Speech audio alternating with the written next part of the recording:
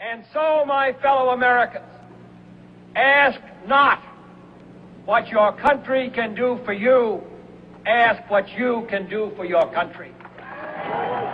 The 60s ushered in a profound political upheaval. Elected in 1960, John Fitzgerald Kennedy challenged the status quo by being a progressive and at only 45, the youngest president to be elected. Similarly, in Canada, our own political system was shaken up with the new Liberal Party leader and future Prime Minister, Pierre Trudeau. His victory to the party leadership in 1968 garnered the era of Trudeau-mania, where his flamboyant personality and progressive values won the hearts of young Canadians across the country. The changing times of the 60s also manifests itself in one of the greatest movements of the United States, the Civil Rights Movement. Led by Martin Luther King Jr. in August of 1963, over 200,000 Americans marched on Washington demanding racial justice for African Americans. It is there where King delivers his famous "I Have a Dream" speech. I still have a dream. It is a dream deeply rooted in the American dream. I have a dream that one day this nation will rise up and live out the true meaning of its creed. We hold these truths to be self-evident, that all men are created equal. However, this decade of radical change was met with fierce opposition. The United States was torn apart when President Kennedy was assassinated in 1963 while touring Dallas, Texas in his motorcade. Just 5 years later, Martin Luther King Jr., who fought for justice and equality, was shot dead in Memphis, Tennessee. Pierre Trudeau's ideas of federalism and Canadian unity also began to cause a deep rift with his colleagues in Quebec, such as René Lévesque, seen on the right, who quit the Liberals to form the Parti Québécois, who began to push for an independent and sovereign Quebec. Pierre Trudeau was then elected Prime Minister in 1968, which is where he would eventually come face to face with violent Quebec separatists determined for independence.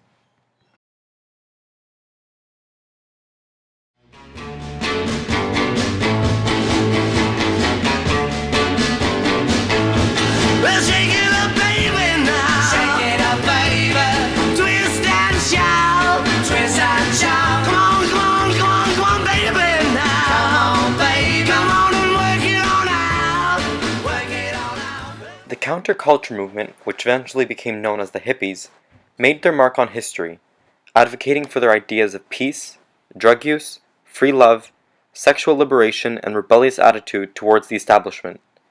The counterculture movement most notably made their case against one of the most unpopular conflicts, the Vietnam War. Protests against the draft made its way across the US and even into Canada, which harbored around 30,000 Americans trying to dodge conscription.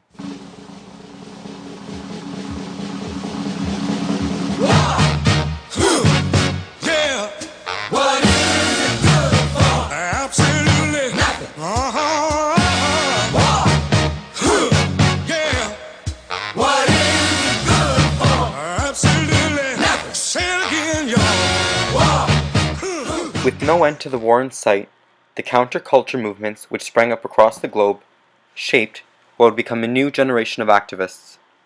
The burgeoning liberal ideas of the 60s became the start of a new era of exciting lifestyles, music, and cinema.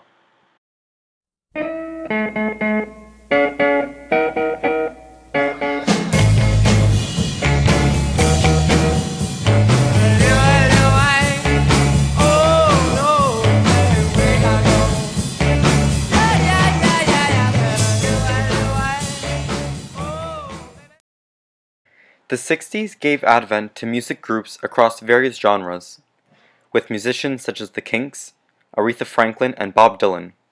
But most notably, however, is the British invasion, a term coined to describe the large number of British bands dominating the American music industry.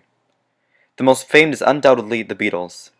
In America alone, the Fab Four sold 177 million albums, and over 600 million worldwide.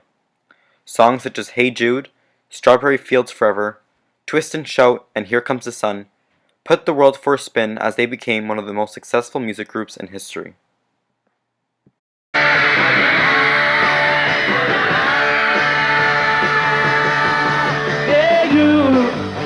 got that something, I think you understand when I say that something. In film, the 60s showcased classics such as Magnificent Seven, La Dolce Vita, and The Sound of Music. Many of these films in the 60s produced some of the most memorable movie moments, such as Alfred Hitchcock's famous shower scene in the 1960 horror film Psycho.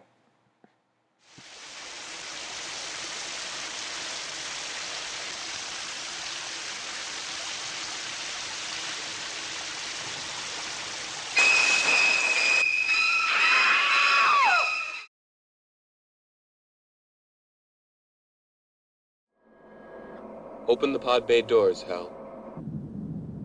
I'm sorry, Dave. I'm afraid I can't do that. The 60s pitted America and the Soviet Union in a race for scientific superiority. In 1961, on April 12th, the Soviets sent the first man into space. Russian cosmonaut Yuri Gagarin made a 108-minute orbital flight in his Vostok 1 spacecraft. While an incredible feat, in the last year of the decade, just as President Kennedy had promised, America would land a man on the moon. On July 16, 1969, the Apollo 11 was launched from Cape Kennedy, and with over 600 million people watching, it is where Neil Armstrong who delivers his immortal quote as he stepped off the craft.